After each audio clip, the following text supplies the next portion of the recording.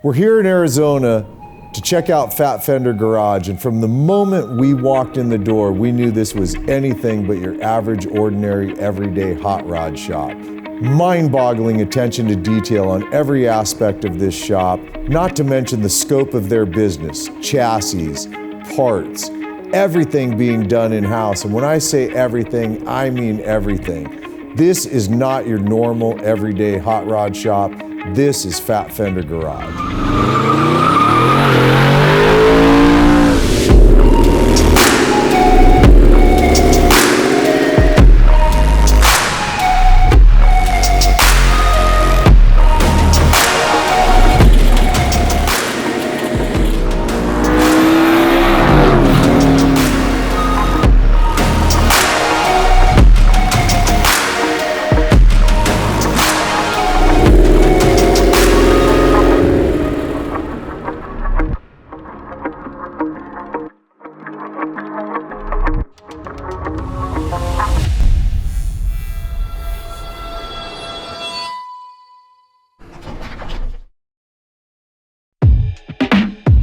All right, you guys, so we're doing this new thing. We've done it a couple times now and we're pretty hooked on it, which is we're gonna go drive and experience the truck first, and then we'll get into the nitty-gritty details. So this is my friend Jason with a company called Fat Fender Garage. What's up, guys? Out in Arizona.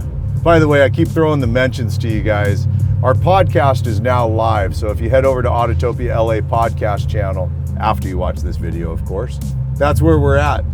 Jason, I met you 2016, 2017, yep. Somewhere around there. Yeah. Cruising for a cure. Cruising for a cure is the first time. Yep. Yep. To finally be out here in Arizona, get a sense of the magnitude of your business, and now getting to drive one of your trucks down the road, because I know you build show quality, beautiful trucks. The question is, do they drive? And 2 seconds of seat time, right away you go, oh yeah, this is a driver. It drives. Like you build. We don't really have a ton of miles on this one yet. Only because I haven't spent that much time finishing it. It's a long-term project for us, but yeah, all of our vehicles are made to be driven. Before we hand it over to someone, it'll have 1,000 miles on it. Because I know you guys have a couple different lines of vehicle. You've got this, the one-off. Right. Then you've got your, call it a production level. Revival. Yep. Hit the bullet points, chassis, brakes, engine, You bet. So basically we're riding on an air ride chassis built by Porterbuilt Fabrication. It's what they call level 3, which means slams on the ground all the way down. Yep. They have level 1, level 2. Then from there we have a Coyote engine. Yep. Twin turbo, mean green fighting machine, right? Yeah, yeah. So you've got basically all the comfort features of any vehicle you'd expect. You've got the modern upgrades of some sheet metal that we've done to kind of mimic the Ford F100. Yep. That was like the inspiration of this was Steve McQueen, the Bullet movie, and they had a cool Mustang. And then in, I think 2016, they came out with the Bullet car. Yep. And then there was a little bit of, novelty that went around when turns out people still had that original Mustang. It was kind of cool. That sold for $3.4 million. Sold part $3,400,000 sold. And it was really cool. So we decided just kind of a nod to that, come up with our own version of it, but in a truck. Yeah. That's what it kind of turned out to be. So yeah. Of course we wanted it to be a little bit different, so we put on air ride because when it lays frame, it looks pretty cool, right? And also it's smoother. It drives wonderful. I mean, this is really some airbagged vehicles to me. Maybe the technology's just gotten better. I don't spend a lot of time in bagged vehicles, but oftentimes you have the really bouncy ride. This is a really comfortable ride. Well, the bouncy comes from too much air.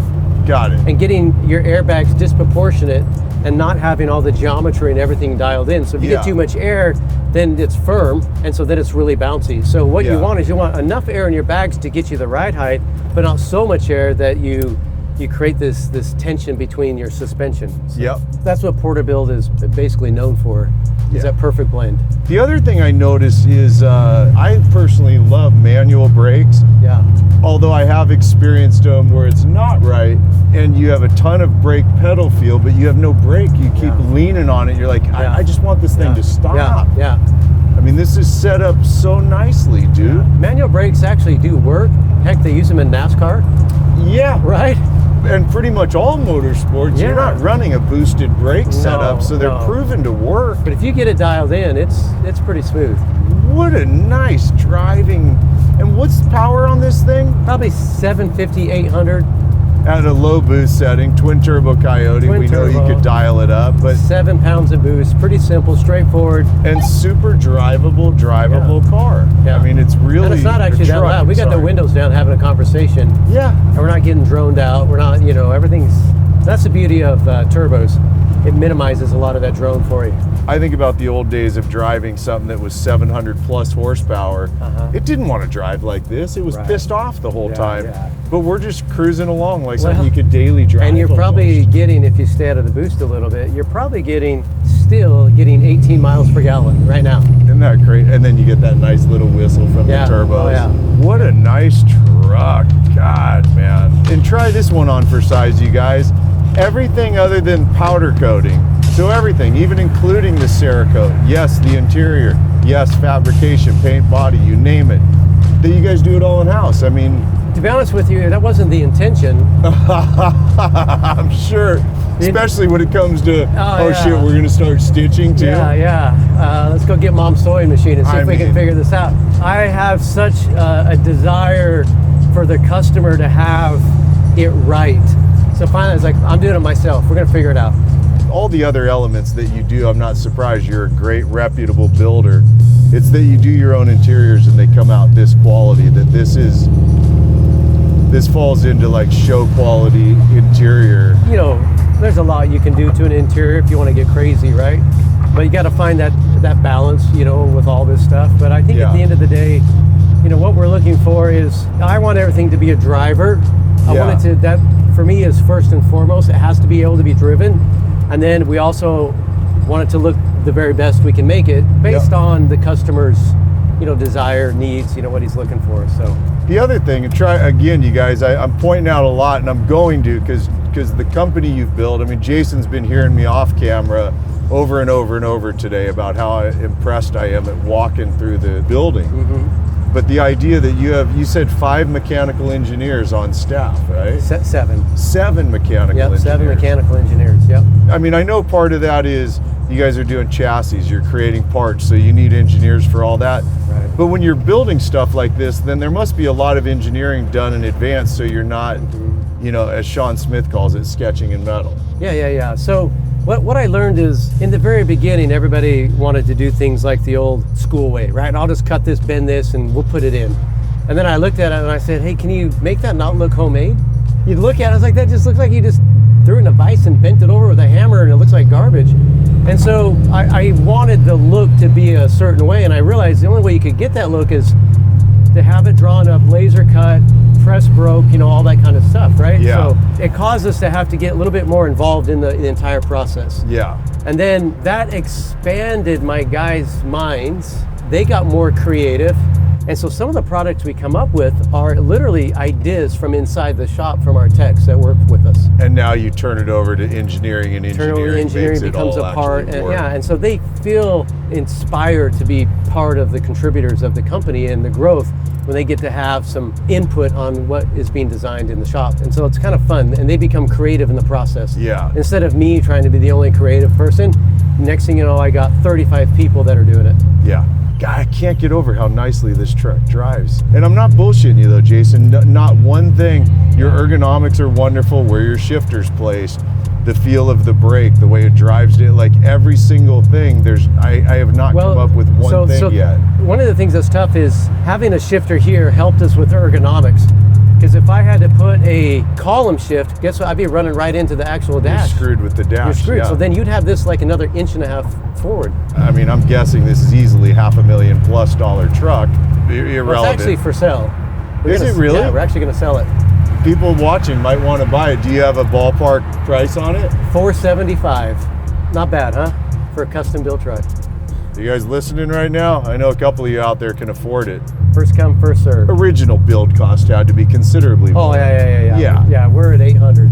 Original build cost. Yeah. Now that makes sense. And when people say I could have done it for less, whatever it might be, The reality is, no, you couldn't. Yeah. You just couldn't. I mean, for an $800,000, it adds up. I mean,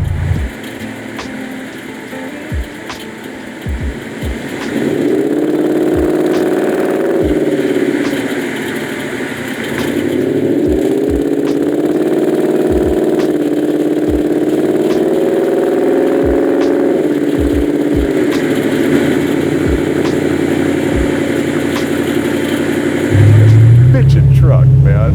Get a little goose right here, at least. And I'm dying to put my foot mildly in it.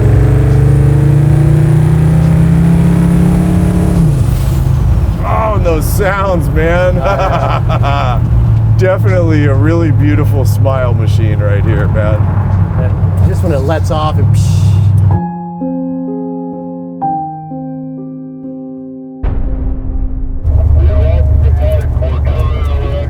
oh, shit.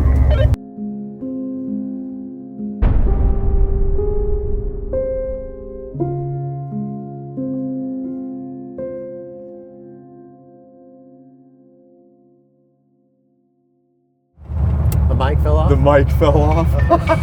I know I keep saying it. I can't get over the enjoyable, just how well this vehicle drives. I mean, it's the perfect of what you want a resto mod to be, in my opinion. You want to retain the classic, beautiful looks of an F100, right? But you want it to drive like closer to a modern vehicle. Yeah.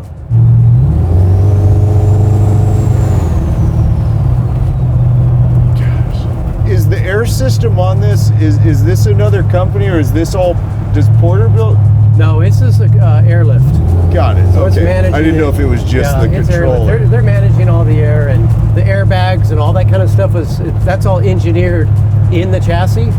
It is. Yeah. What airbags and everything you're going to use, those are all like individual components. But then managing the air, but the ride quality of an air ride system, how that feels is all set up, through Porterbuilt. All right, you guys, obviously we're on public roads. Jason's a responsible guy, so of course, no speeding will be happening. Yeah. It's all about camera angles. That's it. It just makes it look going faster. Makes it look going faster than it really is. We can make 25 look like you're seriously hauling balls.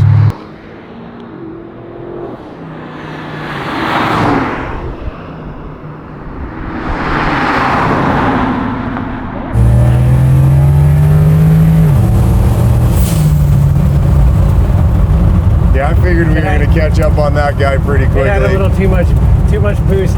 Yeah. I was like, well, I didn't give enough space. And I know you weren't even close to foot to the floor. No, I wasn't even. I was trying to hold back. I could tell.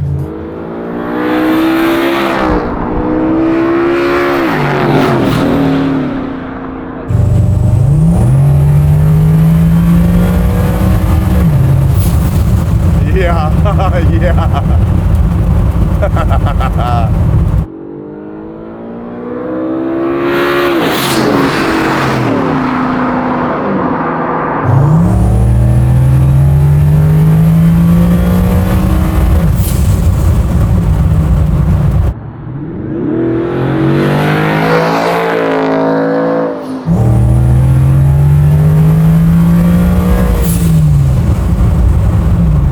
Just gotta love it.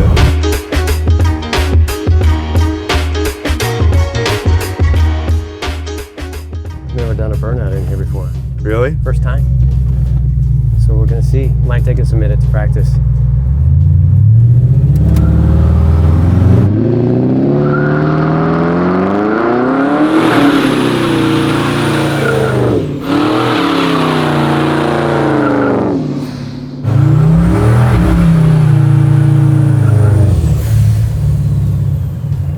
Well, it didn't do anything weird. No. Didn't bounce or I smell a lot of smoke. Do that again. Oh, he said we might have to do it again. We'll do it again. Bummer, but okay, we'll do another one. Heaven forbid we have to do it again.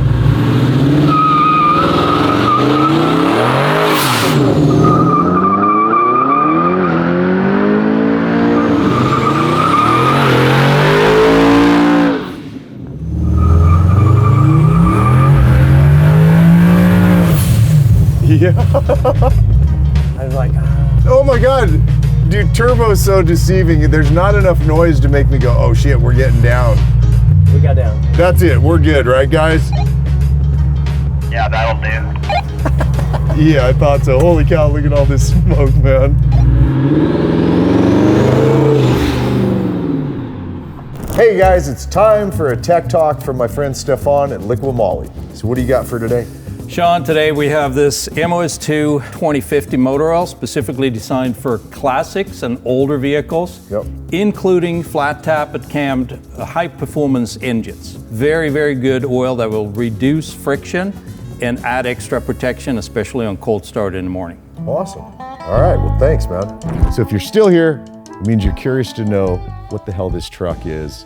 I am too. I'm looking forward to getting into the details. So what did it look like when you first got the truck? Was it a decent donor? So I found this truck in Northern California. Retired fireman had it, and it was pretty cool. And it was green to begin with. And so we decided, for myself, I thought, I actually want to own that truck. It's, you know, I like Ford trucks, and so I was like, I'll buy it. So I think So you bought it before there was even a build in mind for it? Oh, okay. Didn't run.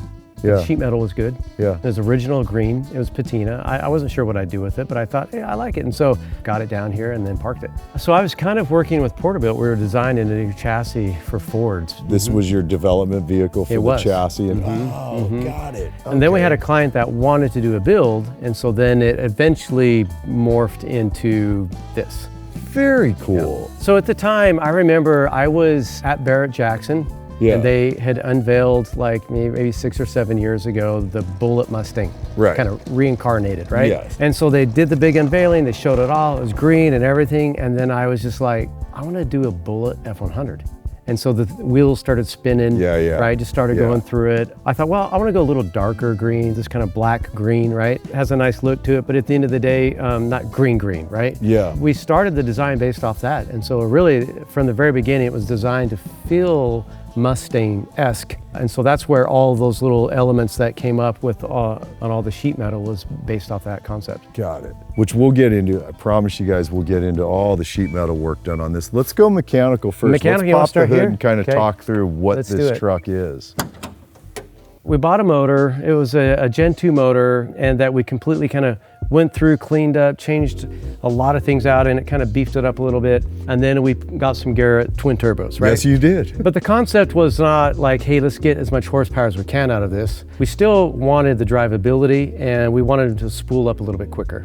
So we went with a little bit smaller turbos so that we didn't have a ton of turbo lag, right? Yeah. And so then we had our guys kind of design some headers and put all this stuff together, and then just go with, you know, some nice little small Garrett turbos. And they're great, they're fun, and it sounds cool. It's such a great sound. What kind of power do you make with this? So you're gonna be right around 750, 800 horsepower, right around there. Tire? Crank. Yeah, enough to get excited and have fun. Sure. Right, but not so much that, you know, you're gonna feel out of control. Right, and I'm sure if you wanted to, you could probably max the boost out. You could. Stupid power. We're only probably running about 7-8 PSI. Yeah. That's it. What is it made to? Transmission, rear end? So it's an automatic 6R80 and then a Curry 9-inch rear end. Air ride, of course, you know, so it's pretty smooth driving down the road. Then as far as some of the other mechanicals, like the headers, exhaust going back, brake setup. So we're running Willwood 14-inch all the way around. Yeah. You can see we're a little tight, so we're running manual brakes. But of course, we went through, you know, you go with Willwood, you talk to them about it, they'll help you design the system. So when you get in it, you know, you got to put a little leg into it, but you feel it, right? You know how it's working and stopping, and it works great. We don't have a parking brake because when it airs out, it's not moving. Does this fully lay frame? Fully laced frame. Yeah, it rests completely on the ground. And by the way, we skipped over this, and I'm sorry to interrupt, dude. At the beginning of the video, we talk a bit about the overview of what you guys do here. One of the main elements is that it is your chassis under this truck. It is your designs for the whole platform. It is our design in conjunction with Porterbuilt Fabrication. Yep. We work together. We're the exclusive Ford chassis people. And so if you want a Ford chassis, you have to buy them through us, but we have them made all by Porterbuilt. I love, God, it's so hard to not jump into all the, so we'll it's all Cerakoted. One, help with temperature in general, because, you know, And then we've got some billet valve covers from MMR, Cerakote everything, and just kind of tied all the colors. So I like to do things in 3 colors. Black isn't one of our colors, it just happens to be, things that we end up with. So we have this green, this color here, and then the chassis and interior, they're the other color, so. All right, so some other mechanicals. And by the way, I love that it's manual brakes. Hard to see when it's totally aired out, but what is wheel tire setup, like sizes, brand, what have you? Great question on, I can't remember every detail of every size, but I'm out. I know. So I know we're running 8.5s up front and we're running 12s in the back, right? Probably running 25-30 aspect ratio. I'll have to figure that out. Yeah. But I do know these are AG luxury wheels with a carbon fiber hoop. So it's a wrap. It's not actual carbon fiber, but it is. If you get down in there, you can kind of see the carbon fiber hoop on it. Yep, totally. And can you see the tire size while you're down there? With my 59-year-old eyes, that would be a definite no. But it does have tires. I've noticed that. I think they're 335s on the back. Got it. Let's pop up to the front because I want to work our way back on all the sheet metal. Yeah, well, there's a lot. There's a lot. There's a lot. But it deserves, I think, being shown. So when you lay frame, everything comes up. And so when everything comes up, now you got to make room for a lot of stuff. So we had to, build these custom inner fenders. But as a builder, less is more. We could have bead rolled all these things and done all this stuff and mini truckered this thing completely out. Didn't. For me, it's just like simple, restrain, pull it back, let's accomplish it. But we don't want to focus on things that really aren't cool. The cool thing is the twin turbo engine sitting here. So we only want to really draw attention to that. So everything else is a little bit smoothed out, a little simpler, cleaner. And then at the end of the day, we just give enough to clear it. We did have to custom design some billet hood hinges because turns out, because we removed the inner fender, we no longer had a place to mount a hinge. And so as we designed these hinges, as you can see, they work pretty well and really easy, go up and down. So this is actually a part we sell on our website for guys that are doing F100s that are going to lay out. They need new hinges, and we sell quite a few of them. I love the cleanliness, by the way. Do you? Love what yeah, I do. I like that there's not dimple dyes and all that stuff, and I understand there's a place for that. There definitely is. But this is especially the piping, the turbos, it makes the engine and all the work the centerpiece, and this just frames it in my opinion. I appreciate that. I think it's really That means a lot coming from you, because you see a lot of stuff. You're design inspired already on your own. You also work with other designers, and you've said it a couple times, is grabbing the reins, knowing when to pull it back. And that's one of the greatest things I think about design is that when you don't, it's very easy to overdo it, because everything we want to do is available nowadays. You can do anything. You have to have enough restraint to not do everything. Yes, which by the way, let's talk your front end here, because there's shit here that could almost be over the top, but it totally works, starting with a splitter almost laying on the ground. It is. You guys do everything in-house. Everything. We did everything. Now, the only thing we did not do and will never do is powder coating, because that's messy, and I don't want to do that. I get it. So we have a shop that comes here, picks up our stuff, and brings it back. But everything else, I mean, you guys got to try to take that in for a second. Everything, interior, yes, in-house, wiring, plumbing, paint, body, Fab, everything. Like that? Yep. Okay, let's do it. So talk through your front end, because this is all reworked. It is an original 1967 grill shell that then we cut and modified. Now, I remember the guys were coming up to me, we can't weld on it, it's aluminum, it's got some weird stuff. And then I said, just strip it and then you can weld it. And so we actually took an acid and we dipped it, the aluminum, so we could get the clear coat that was on it. And then we could weld it and put it together. Because I wanted to keep the original grill without modifying it too much, so that we could kind of open it up and create that Mustang Shelby look, right?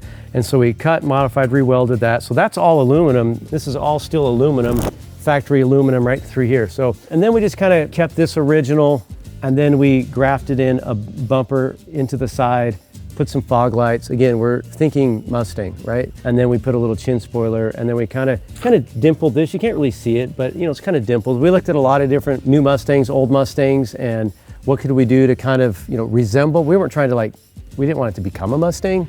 Still a truck at the end of the day, right? Sure. We wanted to just, have a nod to that bullet Mustang, if you will. I'm assuming that allows for an easier flow of air to. Yeah, because we got intercoolers on the sides, and so it really allowed us to open that up and push a lot of air in. And everything, like even the chin splitter, that's you guys making that. Yeah, we made that here, painted it, and we do a lot of painting, a lot of Cerakoting. We spray all that stuff in house, so it allows us to. Own Cerakote.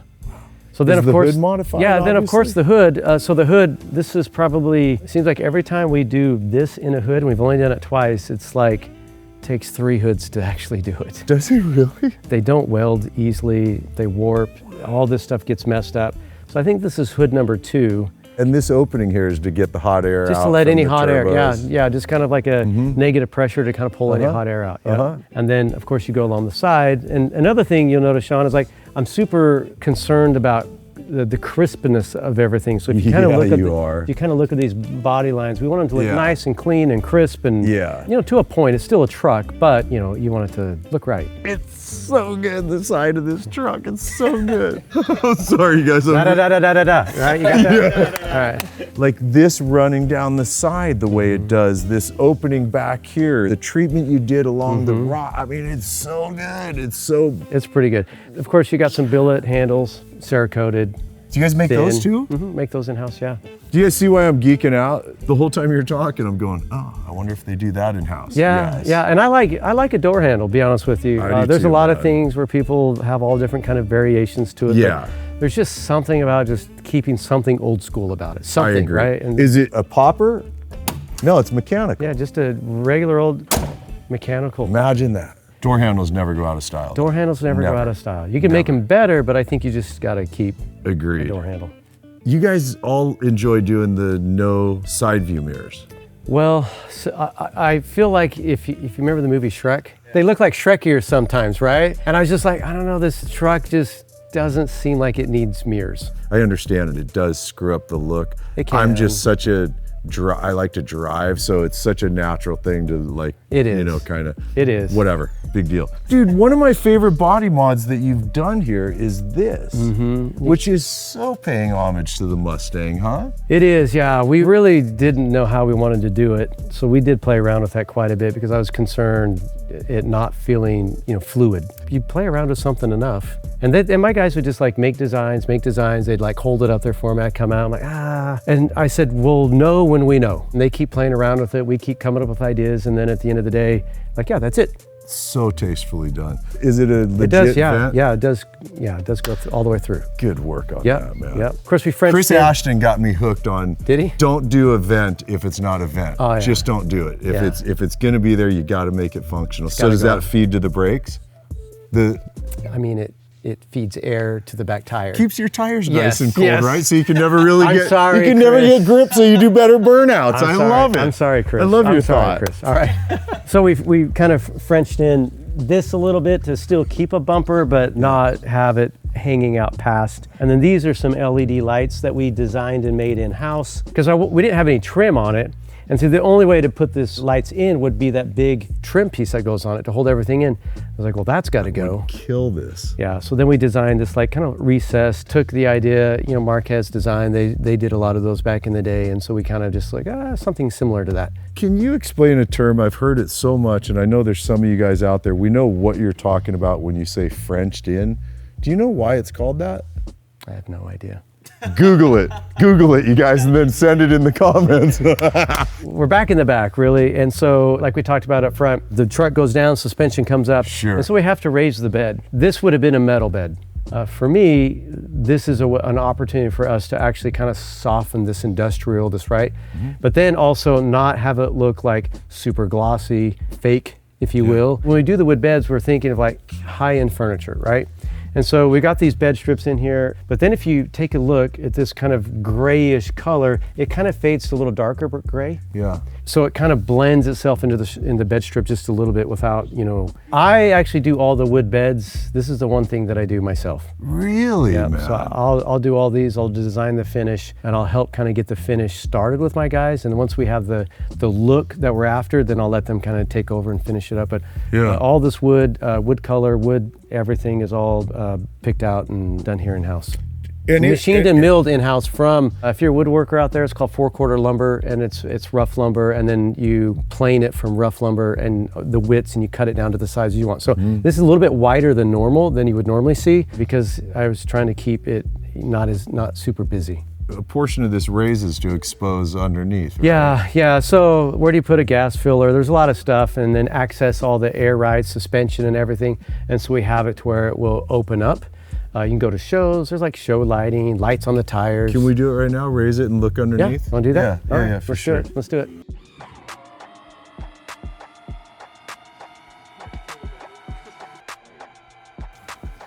Wow, this is so slick. Now we get to see how you really did go with the chassis to match the engine and the interior, leather, interior, everything.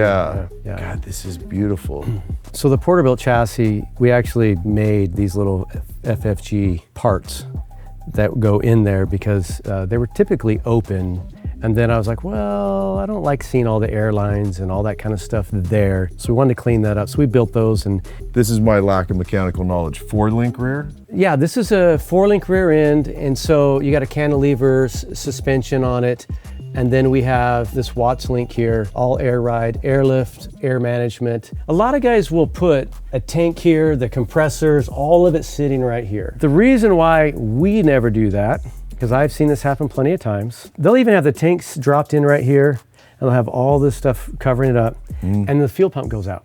And you can't get to it. You can't get to it, right? Yeah. And so I've always just hated that. And so for me, everything we do here is, I'm also concerned about serviceability. Sure. We moved everything into a different location so it could be serviced. So if I have a fuel pump go out on the side of the road, the last thing I want to do is tear down my air ride system too. I know it's mechanical. I know it's about making it all work, but it looks exceptional. And pushing all that up there rather than having it all here and kind of being a mess back here, you know. All right, let's go geek out on interior. Okay, let's go do it.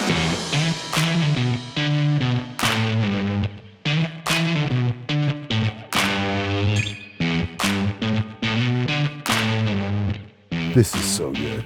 All in-house. All in-house, yeah. We did everything, center console, all the upholstery, door panel design.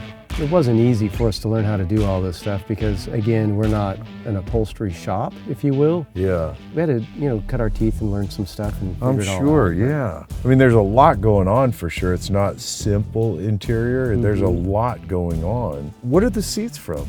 These are 2018 Mustang GT seats. And then you just cut them down? I love how you sit in here, man. I mean, it's really, single cab trucks can suck if you're over 5'10". They can, they all suck if you're over 5'10". But this isn't bad. So that's straight out of a Mustang? That's straight out of a truck. Is it really? Yeah, and the reason why we did that is see the side, plus minus. So you can manually shift it.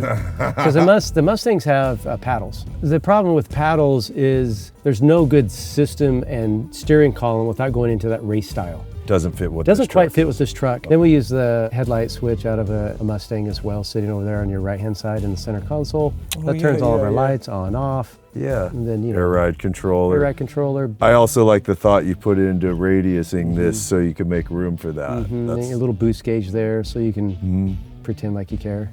Is that your design, the gauge cluster? No, that's really just a traditional gauge cluster. So that's the original one. I mean, you buy that from like LMC or Dennis Carpenter. Yeah. Push button start that we did put in the original key location. Oh yeah, so I love that you did that. Yeah. Those are just Dakota digital gauges, and then we have the Restomod AC, in here. And so if I turn this, do the gauges light?